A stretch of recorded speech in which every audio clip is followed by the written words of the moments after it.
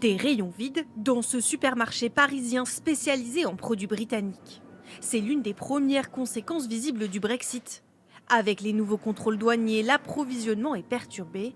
Depuis le 1er janvier, certaines marchandises d'Angleterre ne parviennent plus en France. Une déception pour les clients.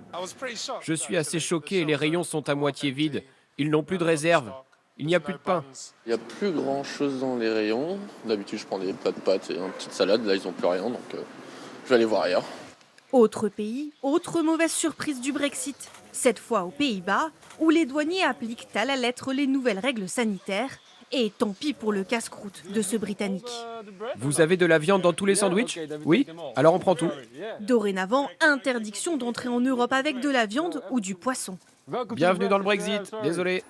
Impossible aussi d'envoyer vos colis comme avant. Ce transporteur français a interrompu ses livraisons entre l'Europe et le Royaume-Uni. Et chez ses concurrents, les prix ont explosé. Ce Français installé à Londres l'a constaté. Avant le Brexit, l'envoi de ce colis lui aurait coûté 20 €. Mais aujourd'hui, l'addition est bien plus salée. En ayant vu que le prix avait été multiplié par 7, j'ai décidé de laisser le colis là-bas puisque la valeur n'en valait pas la peine de toute façon. Il ne sait pas quand il pourra récupérer les vêtements et les cadeaux de Noël de ses enfants. On s'attendait à des changements de toute façon. Néanmoins, la transition a été un peu brutale de ce point de vue-là parce qu'on se disait que ça allait toujours se faire en douceur, mais là on a vraiment senti la différence.